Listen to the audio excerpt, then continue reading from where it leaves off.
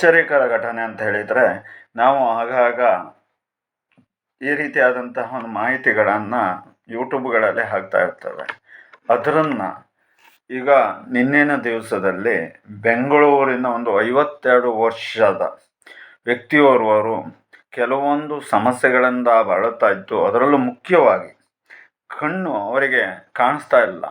ಆ ರೀತಿಯಾದಂತಹ ವ್ಯಕ್ತಿಗಳು ಯೂಟ್ಯೂಬಿನಲ್ಲಿ ನೋಡ್ತಾ ಇರತಕ್ಕಂತಹ ಒಂದು ಸಮಯದಲ್ಲಿ ಏನೋ ಒಂದು ರೀತಿಯಾದಂತಹ ಸ್ವರ ಹೇಳ್ತಕ್ಕಂಥದ್ದು ಕೇಳಿ ಬಂದಿದ್ದರಿಂದಾಗಿ ಅವರ ಮಿತ್ರರಲ್ಲಿ ಇದು ಯಾರು ಏನು ಸ್ವಲ್ಪ ನಂಬರ್ಗಳನ್ನು ತೆಗೆದುಕೋ ಅಂತ ಹೇಳೋದಾಗಿ ಹೇಳ್ತಾರಂತೆ.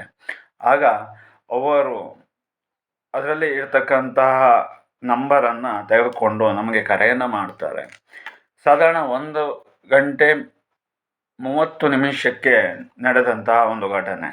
ಆ ನಂತರದಲ್ಲಿ ಅವರಿಗೆ ನಾವು ವಿವರಿಸ್ತೇವೆ, ಹೀಗೀಗೆ ಇದೆ, ಹೀಗೆ ಮಾಡಿಕೊಳ್ಳಿ ಒಳ್ಳೆಯದಾಗತ್ತೆ ಅಂತ.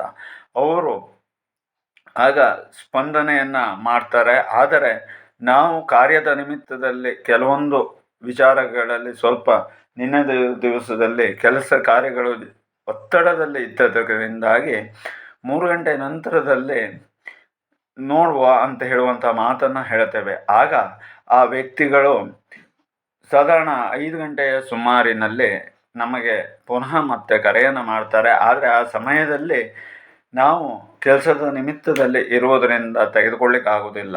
ಆದರೆ 5:15 ಅಥವಾ 5:30 ಸಮಯದಲ್ಲಿ ಫೋನನ್ನು ತೆಗೆದುಕೊಳ್ಳುತ್ತೇವೆ. ಆ ಒಂದು ಸಮಯದಲ್ಲಿ ಅವರು ಹೇಳ್ತಾರೆ ಮತ್ತು ಸ್ಪಂದನೆಯನ್ನು ಕೊಡ್ತಾರೆ ಮತ್ತು ಬೆಂಗಳೂರಿನಲ್ಲಿ ವಾಸವಾಗಿದ್ದೆ, ಹೀಗೆ ಅಂತ ಹೇಳುವಂಥ ವಿವರಣೆಯನ್ನು ಕೊಡ್ತಾರೆ.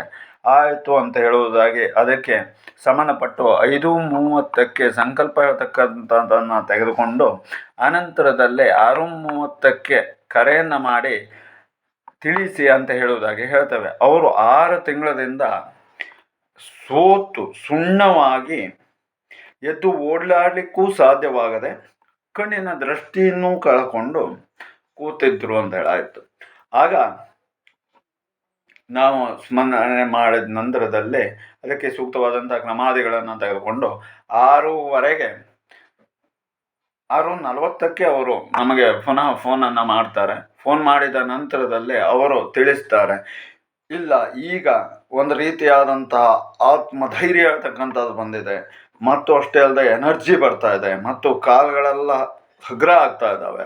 ಆ ನಂತರದಲ್ಲಿ ಸಂಜೆ ಆಗಿದೆ ಅಂದರೆ 6:40 ಅಂತಂದರೆ ನೀವೇ ಲೆಕ್ಕ ಹಾಕ್ಕೊಳ್ಳಿ, ಕಣ್ಣು ಇದ್ದವರಿಗೂ ಕೂಡ ಮಸ್ಕಾಗುವಂಥ ಸಮಯ. ಅಂತಹ ಒಂದು ಸಮಯದಲ್ಲೇ ಅವರು ಇಲ್ಲ ಕಣ್ಣು ಸ್ವಲ್ಪ ಕ್ಲಿಯರಿಟಿ ಬರ್ತಾ ಇದೆ, ಮುಂಚಿನ ಹಾಗೆ ಇಲ್ಲ ಅಂತ ಹೇಳುವುದನ್ನು ಕೇವಲ 1 ತಾಸಿನಲ್ಲಿ ಕೊಟ್ಟಿರ್ತಕ್ಕಂಥದ್ದು ಅಭಿಪ್ರಾಯ. ಮತ್ತು ಅಷ್ಟೇ ಅಲ್ಲದೆ ಇನ್ನು 2 ದಿವಸದೊಳಗೆ ಅವರು ಸಂಪೂರ್ಣವಾಗಿ ಗಟ್ಟಿಯಾಗ್ತಾರೆ, ಆರೋಗ್ಯಯುತವಾಗಿ ಆಗ್ತಾರೆ ಎಂಬಂಥ ವಿಶ್ವಾಸವಿದೆ. ಯಾಕೆಂತ ಕೇಳಿದರೆ ಅದಕ್ಕೆ ಸಂಬಂಧಪಟ್ಟು ಕ್ರಮಾದಿಗಳನ್ನು ತಗೊಳ್ತಾ ಇರ್ತಕ್ಕಂಥದ್ದು. ಇನ್ನು 2 ದಿವಸದ ನಂತರದಲ್ಲೇ ಮತ್ತೆ ಪುನಃ ಅವರು ತಿಳಿಸ್ತಾರೆ. ಆಗ ಸಂಪೂರ್ಣವಾಗಿ ಆರಾಮಾಗಿದ್ದೇವೆ ಅಂತಕ್ಕಂಥ ಮಾಹಿತಿಯನ್ನು ಕೊಡ್ತಾರೆ ಅಂತಕ್ಕಂಥದ್ದು ಪ್ರಕಟ